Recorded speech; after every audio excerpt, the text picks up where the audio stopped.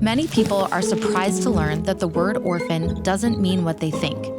This is why we are exploring the life of a vulnerable child from 3 different narratives: the orphanage, the family, and the community. Each of these stories, as we know them, are missing something important that informs and shapes the way we help vulnerable children. In our first story, we discovered that the majority of children in an orphanage have some living family. Next, we looked at families and how a lot of parents didn't necessarily abandon their kids, but a lack of resources led them and us to believe that orphanages were better equipped to raise their children. This brings us to our last story, which is about community.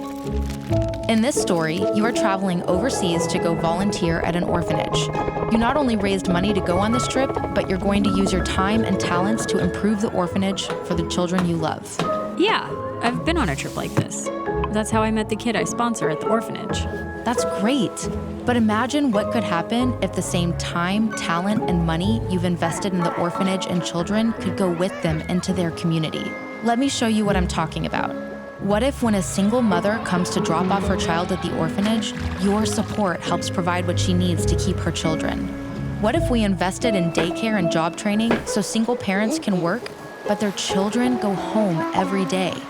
What if when a child can't return to family, we've already invested in recruiting and training safe local foster families to step in?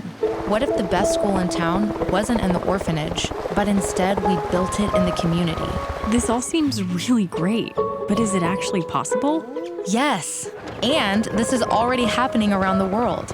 Orphanages have started to transform into community centers, family reunification centers, and emergency shelters for entire families. These reimagined orphanages are becoming part of an entire system of resources that protect the whole community from the waves of tragedy, poverty, and family separation. And that means more kids get to be raised the same way we would want our own children to be raised, in a family.